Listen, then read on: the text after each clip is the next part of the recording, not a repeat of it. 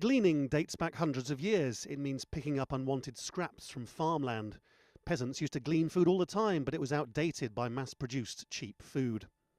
And maybe that's a problem. These people are picking perfectly good cabbages and other vegetables that have been deemed not good enough. It doesn't mean not good enough to eat, it means not good enough for the supermarket's exacting standards on size and cosmetic appearance. If they weren't saved, they'd be fed to cattle or ploughed back into the ground. Supermarkets all over the developed world throw away vast amounts of high-quality fresh and tinned food in the interests of keeping profits up. It's something to bear in mind at a time when Europe's become obsessed about horse meat being passed off as beef in cheap, ready-made meals. What this does is to subvert the idea that there's not enough food to go around. Instead, what it says is that actually there's plenty of food, but that the demands of capitalism and the markets mean that retailers would rather throw away perfectly good food than give it away.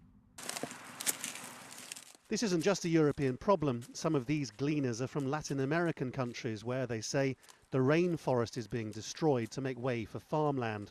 All the farmland's needed to satisfy Western demands for food and its cosmetic appearance. There's loads of impacts. One of them is displacement of communities. One of them is, all the thing about REDD and like the amount of emissions because of deforestation and forest degradation. So that is, this is increasing. All of which raises some very difficult questions about where food comes from and how it's used. After 4 billion years of evolution, we have an incredibly beautiful and varied biosphere. And we are currently wiping out that natural asset to grow food that no one eats. Every few months these campaigners stage an event in which they feed several thousand people with food that would otherwise be destroyed. For one thing, it's of a better quality than some packaged food sold to Western consumers by the supermarkets. In a fair world, it would also be part of the solution to global hunger.